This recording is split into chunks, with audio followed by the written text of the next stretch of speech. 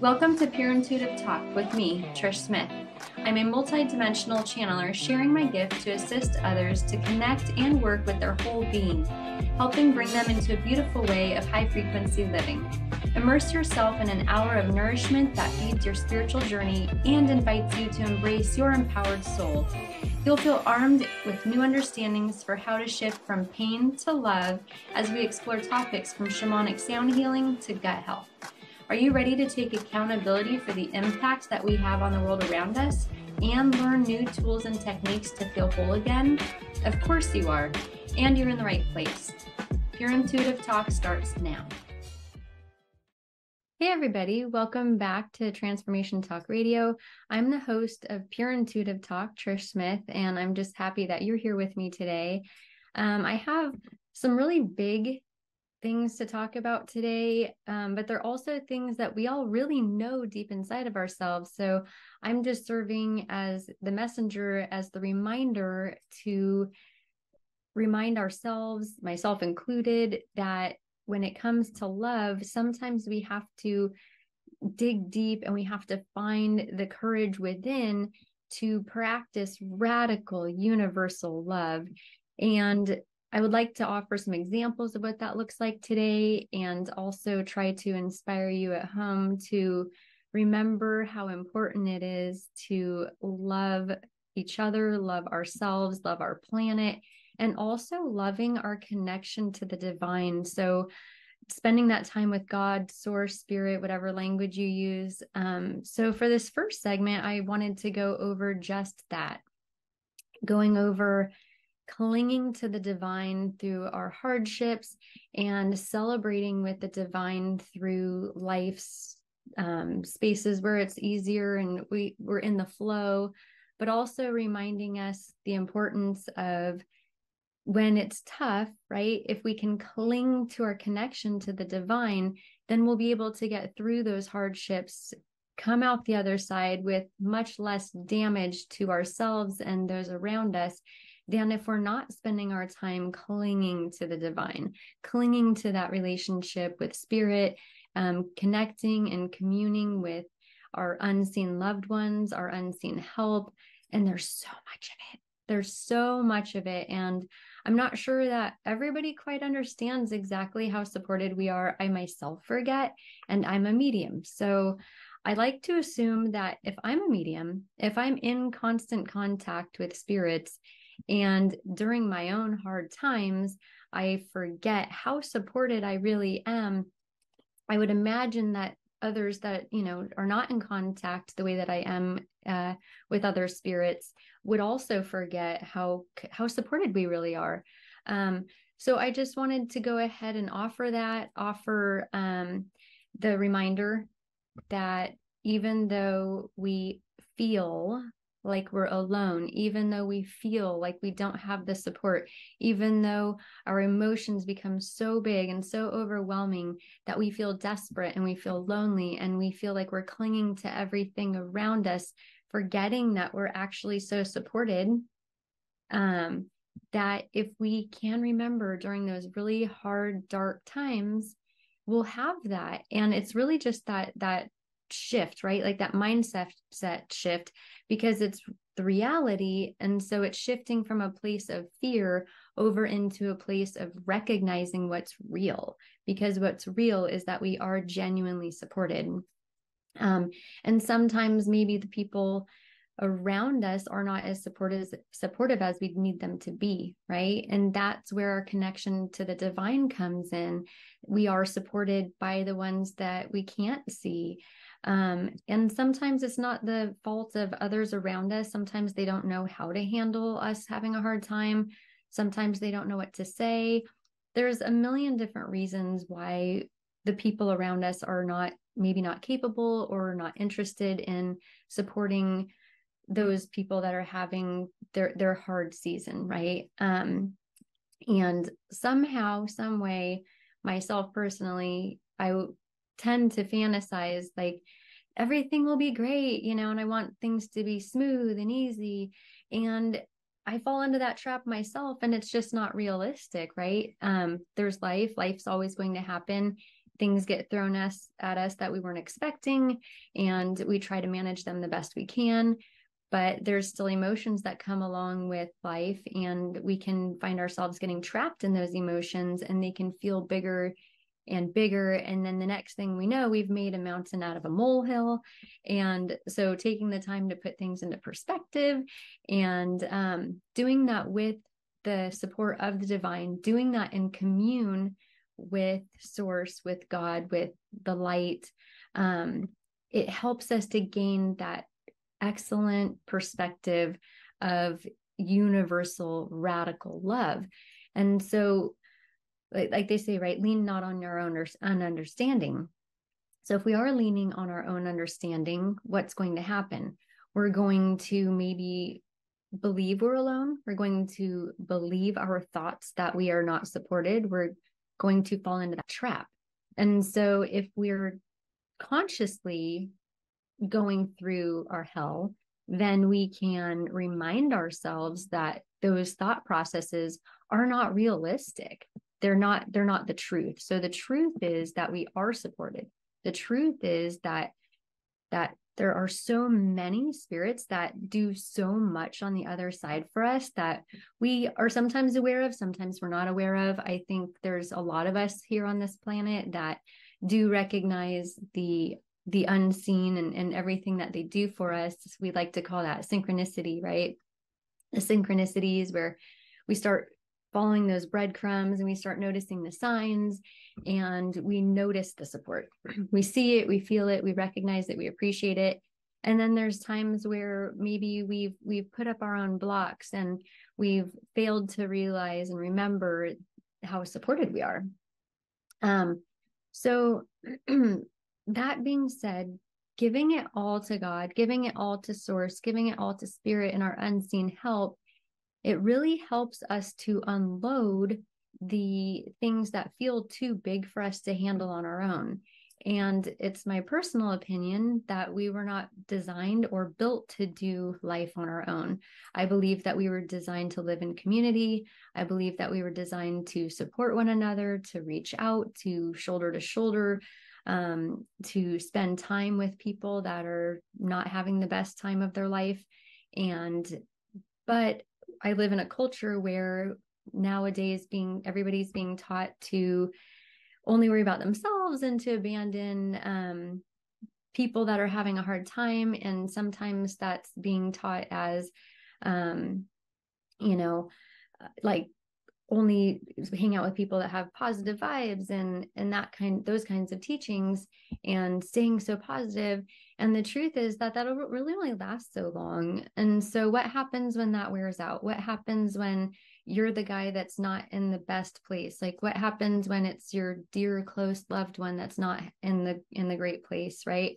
And so hopefully if you're in a place or a loved one that you have is in a place where they're really struggling, they can remember, or you can remind them to hang tight to their connection to the divine.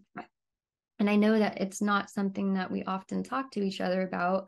Like, hey, have you been spending time on your knees? Have you been praying through this? So sometimes we don't offer that to our friends. I personally have some very close friends when I'm struggling that will literally just stop, drop, pray, right? Like I'll be on the phone and they're like, let's pray about it. And they'll start praying with me. And I'm so eternally grateful for that, because I myself also get into those places where I'm forgetting and I'm not seeing the help around me and the support around me, and I'm feeling alone and I'm feeling stuck. And so being able to remind each other of our own connection to the divine is such a gift, and giving it to ourselves and giving it to others is something that I would like to inspire.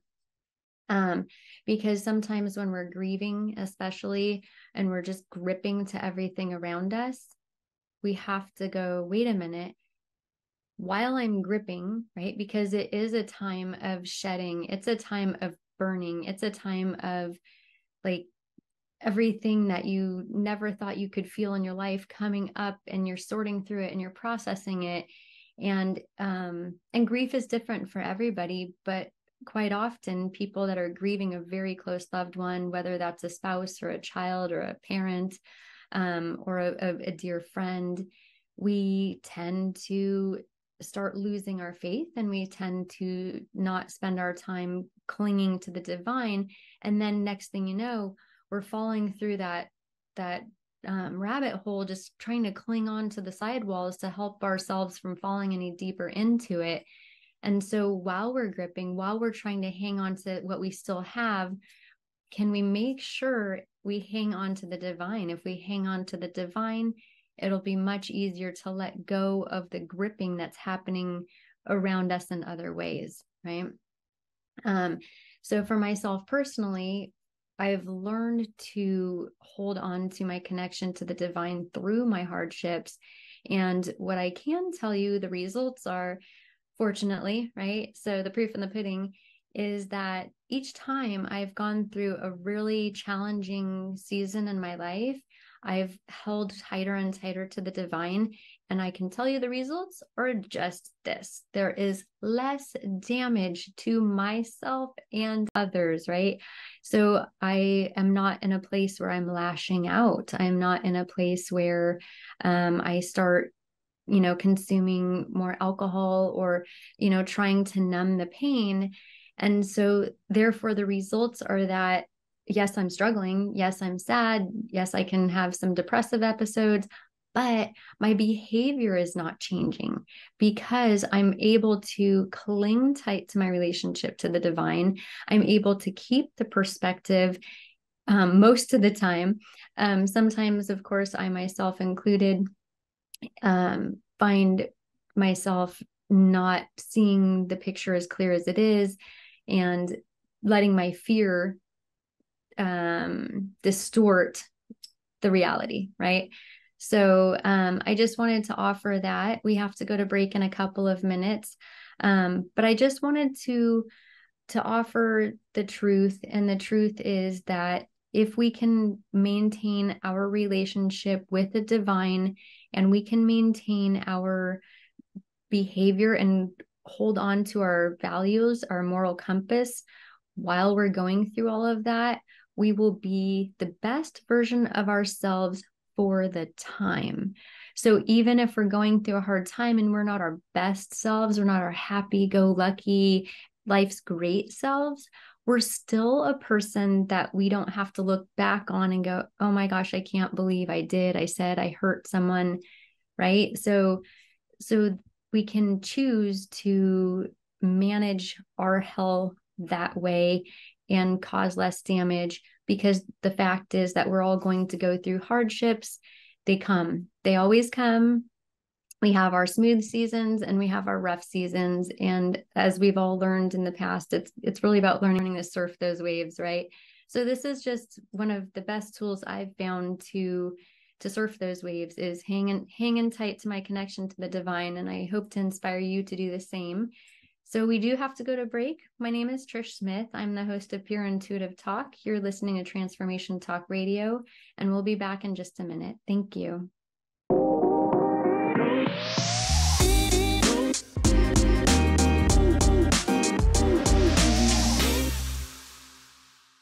Welcome back, everybody. My name is Trish Smith. I'm the host of the show Pure Intuitive Talk. Right now, you're tuned into Transformation Talk Radio. And today I'm bringing in some of my own opinions and my beliefs on radical universal love, practicing that. For myself, I personally don't know that I'm wired to practice anything but. So for me, these things come very naturally. In fact, there's times where I have to tone myself down, back it up a little bit, because I can be a lot. And I have been considered a rescuer. And so my instincts are to jump in and to save the day. And so for myself, I have to remind myself to sometimes back it up, right? Let people go through the experiences that are on their timeline without me intervening. And that's actually a conversation that Spirit God has had with me. Because I do tend to take people's lessons from them if I'm jumping in, intervening in their lessons and fixing things for them. So that is a place I have to work with on myself. But if I can maintain it, I can also provide an example and set that for the people around me on how to love radically, right? That universal love. So my brain thinks globally. I know we're all different. We're all wired differently. Some people tend to focus inward. Some people tend to focus outward. I tend to focus on the world. I tend to think globally. So for myself, my mind considers people on the other side of the world that don't have clean drinking water, people on the other side of the world that are hiding in bomb shelters, right? So that's how my mind works. I know that's not true for everybody, but I've learned a lot about myself through my self-development practices. And so that's what this next segment is really about, is radical love toward ourselves, right? And so for myself personally, accepting things about myself that other people maybe look at and don't understand. And I believe that's true for everybody. We tend to get to know one another in a certain way that we see each other. And so if that's with a person in the workplace, we're seeing the side of them that's showing up to work. And if it's a friend, we're seeing them show up as a friend. So if it's our parent, we're seeing them show up as a mother or a father. And so we're all super dynamical, right? Like every single one of us as a unique human being is very dynamical. And we show up in different ways in different situations, right? And there's often times like when we see one of those huge natural disasters or something like that on the news, and you watch everybody step up, right? So there's that place inside each one of us that manages to step up in the hardest of times for ourselves and for others. And then we often have this like more smooth sailing where we're on the autopilot, like going through our day to day, and we forget that that's in there. So when we're considering radical love, unconditional love, and considering how important it is for us to offer that to ourselves and honor who we are and what makes us tick, whether or not anybody on the planet understands it, right? Because they are also limited by their flesh suit. They're also limited by their own sight and their own projections, right? So offering ourselves the fact that not everybody is going to understand us completely, and sometimes not anybody is going to understand us completely. And that's the beauty of having a relationship with ourselves. That's the beauty of self-development. That's the beauty of knowing thyself, right? And so if we know ourselves intimately enough, I believe that we can then start offering ourselves the love and the grace that we deserve to have. We can get to know ourselves on the deepest levels, and we can radically love ourselves. So I know for a lot of people, self-love is something that may feel like unobtainable just because maybe your early childhood programming suggests otherwise, right? Maybe you don't believe in yourself. And I'm hoping maybe today to inspire you to dig into that, right? And also like having a sense of humor about it. So if we're going to do our self-development, if we're going to learn to love ourselves radically, we also have to be able to laugh at ourselves, in my personal opinion, because some of it's kind of ridiculous, right? Like some of the things that we get really wrapped up on, and when I say we, that's because I include myself, but we get really our heads wrapped up in like, I'm not good at this and I can't figure that out and everybody else is better. And so we can get stuck in those places, maybe from our early childhood programming, maybe just in our insecurities and whatever those might be. But being able to laugh at all of it, because sometimes we have to remind ourselves of how petty our own thoughts are, right? There are so many bigger things going on in the world, so many really important things that require our attention. And if we're stuck inside of ourselves and trapped in our mind and our own insecurities, then we're not going to find ourselves being present, and we're not going to find ourselves offering our own essence to the world around us, right? So loving ourselves radically, what does that look like? Some people might think it, is taking the time to rest and making sure that we feel great all the time. Personally, I don't believe that's realistic. So for myself, what radical love looks like is me being willing to honor who I am. And that is regardless of what anybody else thinks about me or anybody else believes about me.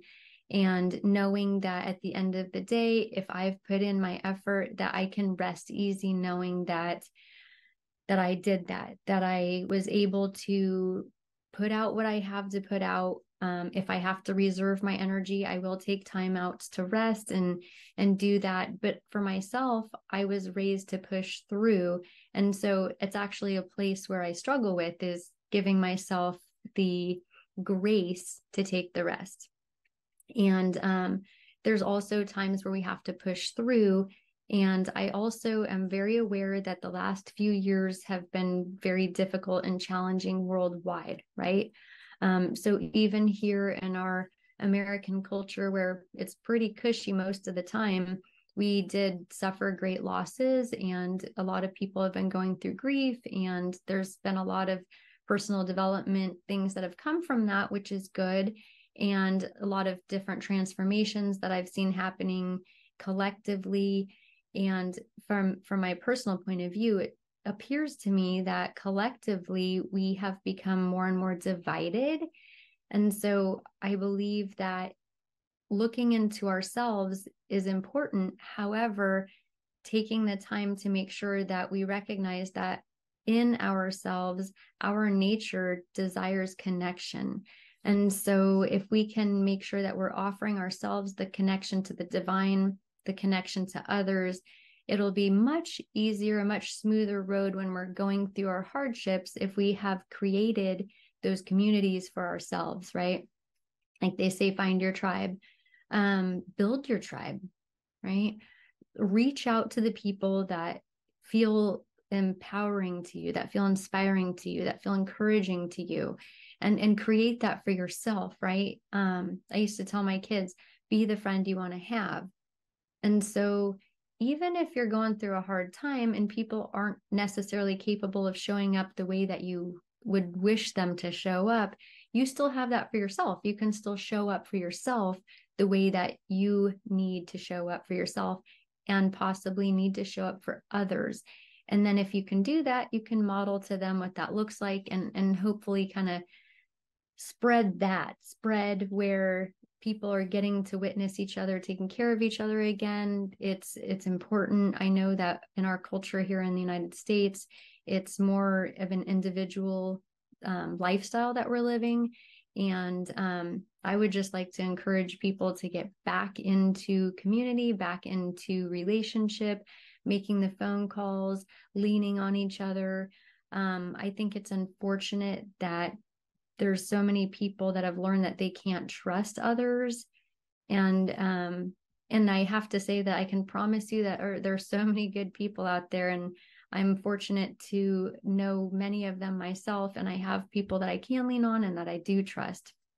But trusting myself to know who I can lean on in my own times of hardship is really important. And I think when it comes to radical love, there's trust is kind of at the center of that, trusting ourselves. So also we have to go to break in a couple of minutes, but also honoring our own journey, right? So the language that I use for it, which sounds a little silly sometimes, is like if I'm having a challenge in my life, I like to say I'm letting it have its way with me. So you can take that how you want it. I'll try to explain it, see if that helps. But when I say that I'm letting grief have its way with me, I'm honoring it. I'm allowing it to happen. I'm recognizing I suffered a great loss. right? Also recognizing that when I lose a family member, that I haven't lost them. I know that they've just ditched the flesh suit. I know that they're still in my life and they're still supporting me and the love is still very much alive, right? It's simply the flesh suit that has gone to waste.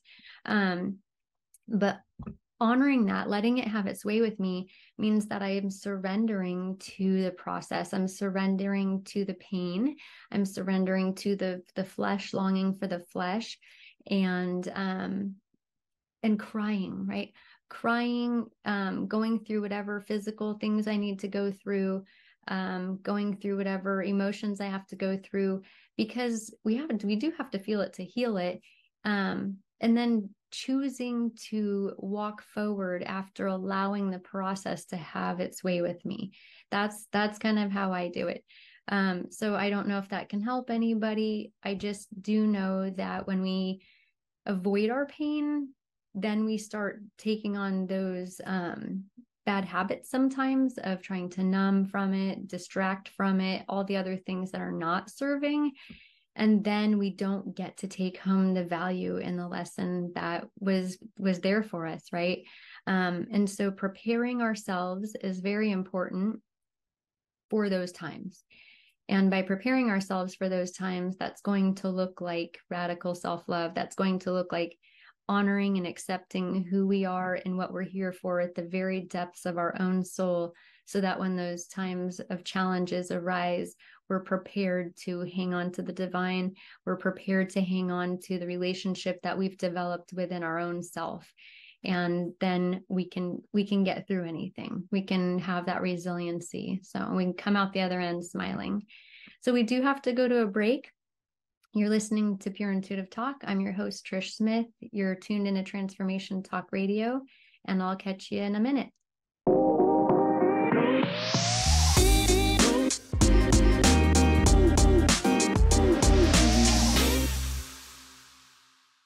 Welcome back, everybody. You're listening to Pure Intuitive Talk. I'm your host, Trish Smith, and you're tuned into Transformation Talk Radio. Before we went to the break, we were talking about radical, universal love. We talked about that, our connection with the divine. We talked about radical, universal love and our connection to ourselves. And for this segment, I'm going to be discussing radical, universal love with others, right? So that can look like everything from our intimate circle, right, and our loved ones, to our maybe friends and family that are not in that intimate, tight circle, to our community, to our country, to globally, right? So when I'm talking about others, I want us to remember that others means the other 8 billion people on this planet, right? Because we're not the only person living here. We live in community. Our planet is full of life, and it's full of diversity, and it's full of all of the things that we need to work together. And so if we can practice radical universal love, we can build stronger bridges, and we can be there for each other, and we can lift each other up, and we can grow globally, right? I understand that, yeah, there's 8 billion people. We'll probably never meet all of them, right? But we're all connected. We're really genuinely all connected.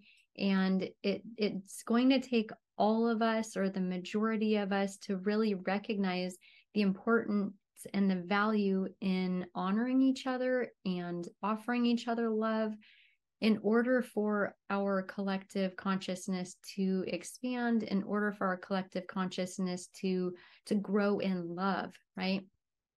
And there's a lot going on in the world right now that is not love. There's evil going on, there's dark things, there's dark forces. And so if we're not serving that side, if we're choosing to serve the light, then we have to make sure that we're spending time doing just that, like investing our time, investing our energy in taking care of others and praying for others. And that may look like praying for people all over the globe, right? That may look like praying for people that we don't even know. And honestly, our intention is the magic, right? So if we're taking the time to invest our energy in lifting others up, even if they're on the other side of the world, it's still going to work because our intention is going to move matter, period. That's just how it works. So when we're talking about radical, universal love with others, something that I've recognized in others and I would like to address, I don't know if that's you or somebody you know, but I have witnessed people that have unfortunately learned over their lifetime not to trust other people, right? And so what I've witnessed in these people is that they end up, clearly it's unintentional, and I'm very aware, and it makes my heart sad for them, but they end up rejecting love. And clearly it's unconscious and unintentional. Maybe sometimes it is intentional, just that maybe they're very aware and they're so afraid of being hurt by others that they go ahead and reject that love. But when we're rejecting love and we're afraid to trust, we will not be gaining the benefits of the relationships that we can find trust in, right? And so if we're not willing to receive love, then how are we going to love ourselves, and how are we going to offer love to others and model for others being able to live globally as a community and raise that collective, right? So it's a matter of going into ourselves, right? So it's self-work when it comes to feeling like we can't even trust other people enough to let them in. Now that's not always going to mean that other people don't hurt us, but it's still like the fact of it is we can spend time here, right? Inside in our fear, being afraid of being hurt, right? And putting up that block so that nobody can hurt us. But then we're not getting to be in commune with love, right? We're not getting to have that exchange where love is going out, love is coming in, right? And so the only thing that we're missing when we're doing that, we're not protecting ourselves from getting hurt, unfortunately. If we're in the position where we've decided, I can't trust anybody, I can't afford to get hurt again, I'm just going to make sure that I put up these blocks and not let anybody in, right? Still going to get hurt, because whether or not we let somebody into our own world, right? Be vulnerable, give them the opportunity to maybe hurt us, we still get hurt. We can still get hurt, right? So the only thing that's happening when a person is doing that is they're removing the opportunity to have joy and have that reciprocal love with the people around them. So I hope that makes sense. If you're in the position where you feel like you're protecting yourself from the world around you, just know that I don't want you missing out on the love that's available to you. And unfortunately, the world can hurt you anyways. I wish that wasn't the case, but I don't want to watch people deny themselves the great gift of love from others because they feel like others could hurt them. Yes, others can hurt you. Yes, others may hurt you. But in the meantime, if you're blocking out the love from coming in from other people, you're just missing out. You're just missing out because they could still hurt you anyways. And I believe that at that point, we're only hurting ourselves if we're not allowing ourselves to have love. And so I would like to encourage people, if you're considering like, oh, okay, I want to make sure that I'm giving that to people, I am offering them love, right? If you come into contact with a person that's rejecting that love, have patience for them.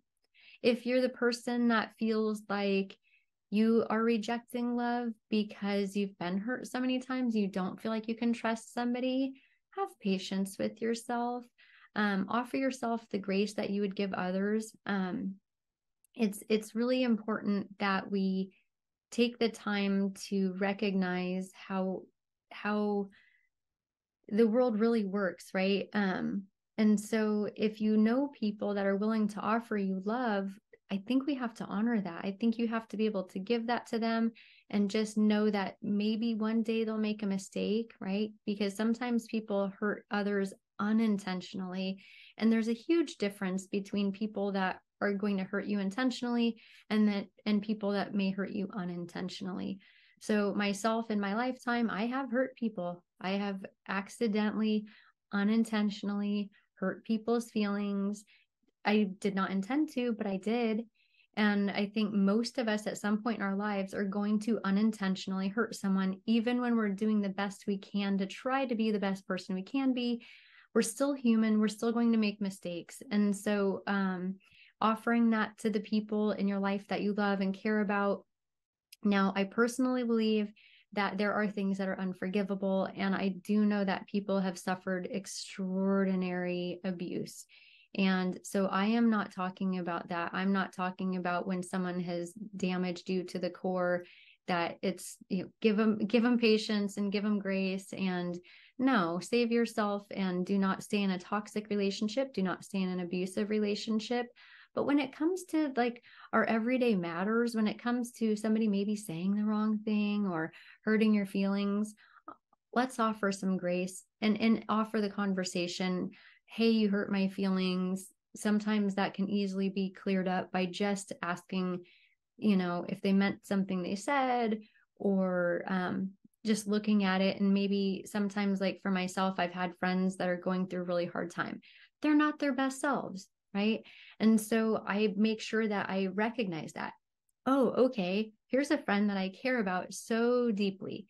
They're saying things that are rubbing me the wrong way, but I'm well aware they're going through a hard time. I'm not going to take it personally. And then when they're done with that season that they're going through, our friendship will still be intact because I didn't choose to walk away simply because they were, rough around the edges, right? So for me, growing up, my grandma was somebody who just loved unconditionally. And so I believe that I learned that from her. I believe she modeled that for me. My grandma was someone that was selfless and was always taking care of everybody around her all the time. She was pretty funny. Like, she wouldn't even let you. It was interesting because I remember being like in my late 20s. So, pretty strong, right? And she would be lifting something heavy. And I'm like, oh, grandma, give me that. And she's like, no, it's too heavy, for you. You can't. And I'm like, what the? And here she was in her 70s, right? So she just had this super strong willpower, and she took care of people all the time. I mean, honestly, like when I consider like Jesus and Jesus's teachings and that unconditional, radical, universal love that Christ taught us, she was definitely somebody that modeled that in my life. And there were people that most people would turn their back on, and my grandma would help, and she'd take care of them, and she'd go above and beyond, go the extra mile. And so she never looked at anybody like they were undeserving of her attention or they were undeserving of her care. And that was something that just spoke so deeply to me as a person. And I always admired her growing up. I just thought she was the most beautiful being I'd ever been able to be around. And so for me, I got to have that model in my life, and I appreciate it.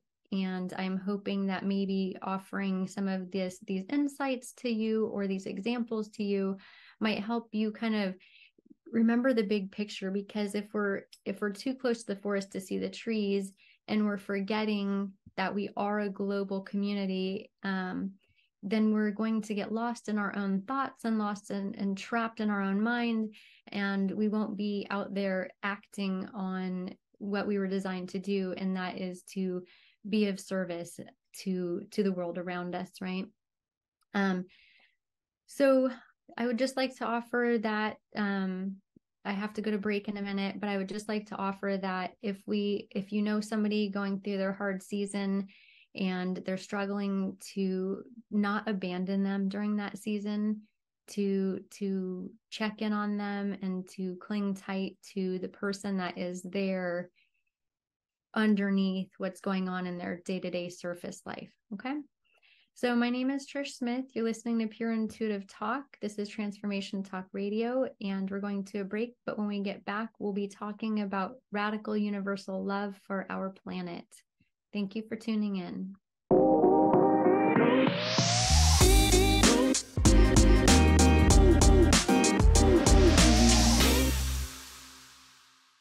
Welcome back, everybody. You're listening to Pure Intuitive Talk. I'm your host, Trish Smith, and you're tuned into Transformation Talk Radio.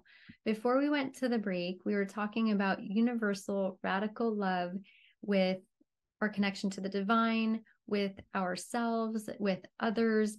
And before I go into talking about radical universal love for Mother Earth, I wanted to share this story with you. I would imagine most of you have already heard it, but I would like to share it anyways. So it's about the Babemba tribe. I don't want to say that wrong, so hopefully I'm pronouncing that correctly. In The Art of Forgiveness, Loving Kindness, and Peace, a book by Jack Kornfield, he describes an African forgiveness ritual. In the Babemba tribe of South Africa, when a person acts irresponsibly or unjustly, he is placed in the center of the village, alone and unfettered.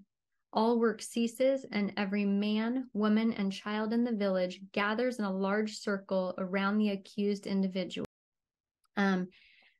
So I would just like to offer that, I have to go to break in a minute, but I would just like to offer that if you know somebody going through their hard season and they're struggling, to not abandon them during that season, to check in on them and to cling tight to the person that is there underneath what's going on in their day-to-day surface life. Okay. So my name is Trish Smith. You're listening to Pure Intuitive Talk. This is Transformation Talk Radio, and we're going to a break. But when we get back, we'll be talking about radical universal love for our planet. Thank you for tuning in. Thank you. Whew. Oh, okay. I forgot to read the story. All right. I'm gonna pull that up. Sheesh. I'm like, okay, there we go. Oh, that's too dark. Sorry. I'm only 46, but I'm like 96 on the inside, you know? Yeah. Because I kept thinking I wouldn't need technology, you know? Like, I don't know, when it first came out, I don't know, I was like, what, 35 years ago, and they had the computers, and I'm like, oh, oops. But they don't make sense to me. Like, I honestly try to understand them. My husband's like, you don't like technology, or you don't understand technology because you don't like it. And I'm like, no, it's the backwards. I don't like technology because I don't understand it. Like, I try and it doesn't make sense, and then I just get frustrated, so it's too much. It's very overwhelming. It doesn't make sense to me. I just don't understand it. So yeah. But like magic. Yeah. Okay, so I think I'm ready. I was trying to make sense of this, but I don't think I can make sense. So I'll just start babbling, and then whatever happens will happen. And, okay.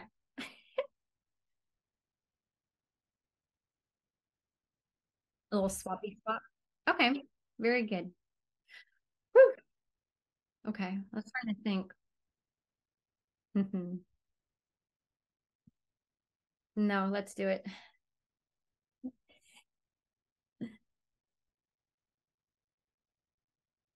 Welcome back, everybody. You're listening to Pure Intuitive Talk. I'm your host, Trish Smith, and you're tuned into Transformation Talk Radio. Before we went to the break, we were talking about universal radical love with our connection to the divine, with ourselves, with others. And before I go into talking about radical universal love for Mother Earth, I wanted to share this story with you. I would imagine most of you have already heard it, but I would like to share it anyways. So it's about the we're going to get the Babemba tribe. I don't want to say that wrong, so hopefully I'm pronouncing that correctly. In The Art of Forgiveness, Loving Kindness, and Peace, a book by Jack Cornfield, he describes an African forgiveness ritual. In the Babemba tribe of South Africa, when a person acts irresponsibly or unjustly, he is placed in the center of the village, alone and unfettered. All work ceases, and every man, woman, and child in the village gathers in a large circle around the accused individual. Then each person in the tribe speaks to the accused, one at a time, each recalling the good things the person in the center of the circle has done in his lifetime. Every incident, every experience that can be recalled with any detail and accuracy is recounted. All of his positive attributes, good deeds, strengths, and kindnesses are recited carefully and at length. This tribal ceremony often lasts for several days. At the end, the tribal circle is broken, a joyous celebration takes place, and the person is symbolically and literally welcomed back into the tribe. And they write, the author of this writes, even if you cannot stage this extensive ritual, you can reinforce and encourage forgiveness by reminding the person who has committed the wrong of their positive qualities and contributions. And so when I read these kinds of stories, when I read about the practices that go on around the globe, and here I am living in Oregon, United States of America, I was born and raised in Southern California, I look at that and I go, why don't we have that? Like, that's beautiful. That's incredible. And so my mind just starts imagining like what kind of an impact that has on a human being, because for those of us here have most likely not experienced that, right? I would imagine that it's more or less in that tribe that they've experienced that. And so for myself personally, it makes me want to have that experience. Like, what does that look like? Like, there's so many ways that we can do better. And that was something that I wanted to go into when I'm talking about a radical universal love for our planet. But I wanted to touch on that story because I wanted to remind us that on this planet, there are 8 billion people, and we are all affecting each other energetically.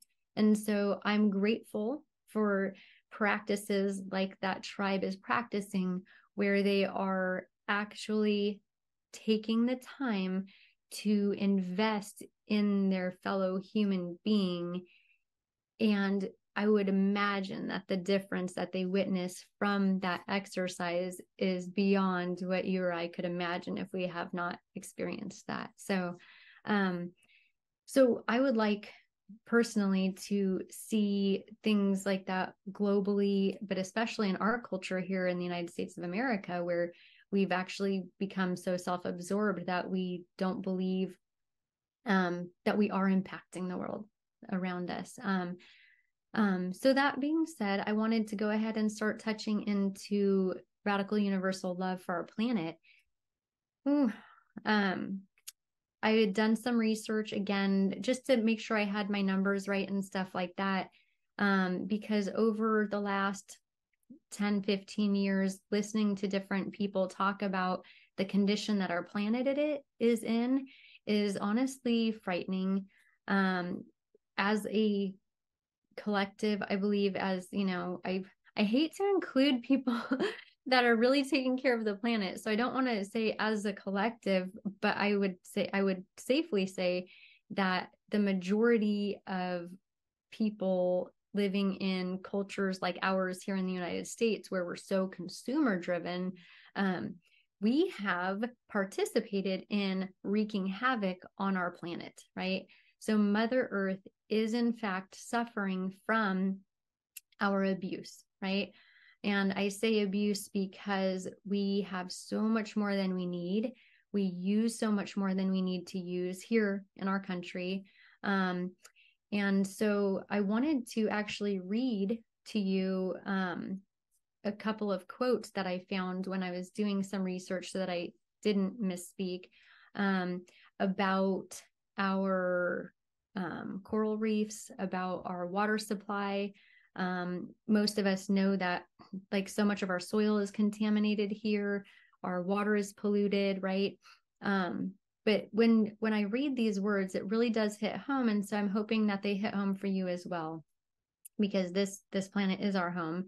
And if we destroy it, I have a sad feeling that we'll be no longer in our flesh suit looking down at the earth going, oh my goodness, what did we do? Right? Because we all participate in either helping our planet or destroying our planet. And so there's so many just even small changes that we can make, even in our culture where we're so consumer driven. There's still small changes. There's still ways that we can all contribute to saving this planet. So I wanted to read this about the coral reefs. The world has lost roughly half of its coral reefs in the last 30 years. Scientists are now scrambling to ensure that at least a fraction of these unique ecosystems survives beyond the next 3 decades. That's not very long. The health of the planet depends on it. Coral reefs support a quarter of all marine species, as well as 500 million people around the world. Okay, so for those of us that are not scientists, I am not a marine biologist. I haven't studied this stuff. I'm your everyday layman, right? But even for myself, like those numbers, they're huge, right? So losing half of our coral reefs, which are considered like the lungs of the ocean, right? So they've been compared to the rainforests for our planet. They provide a lot of oxygen for marine life, right? So if we've lost half of them in the last 30 years, I just want us to imagine what that will look like if we go another 30 years. And so what I've talked to people about is like, that's in my lifetime. I'm 46 years old. So I will most likely be here unless spirit has otherwise planned for me. But most likely I will still be living. I will be in my 70s. So if the coral reefs have died by the time I'm in my 70s, and they support a quarter of the marine life, and I know even too with the commercial fishing, I think they've projected that like by 2048, like all the fish will be gone. So let me read this too. So less than 3% of Earth's water is fresh water, right? So less than 3% of Earth's water is fresh water, right? That's our drinking water. Of all the water on Earth, more than 99% of Earth's water is unusable by humans and many other living things. We have to use this resource very wisely, right? 2/3 of our fresh water is used to grow food, okay? Americans use about 100 gallons of water per day. Californians use 189 gallons a day. And it says here that in some countries, women may need to walk miles to get 5 gallons to be used solely for cooking and drinking. And so I just want us to really take a good reality check, look at what we're doing to our planet, making some small changes, right? Not using so much plastic.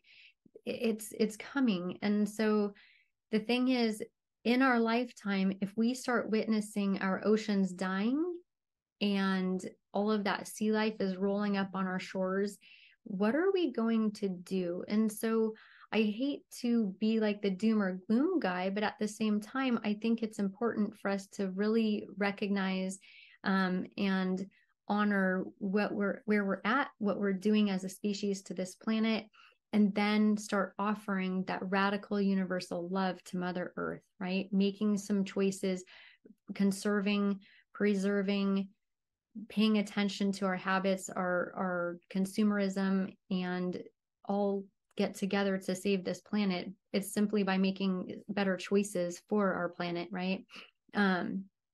So even our fresh drinking water is polluted. And it's really important that we offer this planet the opportunity to survive us as a species. So I hope to encourage you to maybe take a look around in your life, and I do that in mind, and I need to do it more and again, and never cease looking around and seeing, like, how can I make a difference? What bad habits can I stop, and what good habits can I start implementing to do my part in taking care of Mother Earth? So thank you so much for tuning in. It's time for the segment to be over, so I've got one more minute, but I wanted to thank everybody for tuning in. I wanted to say that I'm very grateful for you listening to this, and I hope to encourage you to dig deep, to have the courage to love radically, to bring that to the forefront, right? Loving our connection to the divine, loving our self, loving others, loving this planet. So thank you so much for tuning in. I am Trish Smith, the host of Pure Intuitive Talk, and you've been listening here on Transformation Talk Radio. Thank you. Thank you for listening to Pure Intuitive Talk with me, Trish Smith, your Pure Intuitive Guide. Come back and join us for encouragement to take responsibility and to connect to your whole being. Remember that every moment is the right moment to choose peace, acceptance, and forgiveness. We all have the courage to look deep within, get real with ourselves, and make upgrades to our ways of interacting with the world. It's been my privilege to share this hour with you. For more information about me, go to pureintuitiveguide.com. That's pureintuitiveguide.com. Thanks again, and we will see you here next time on Transformation Talk Radio.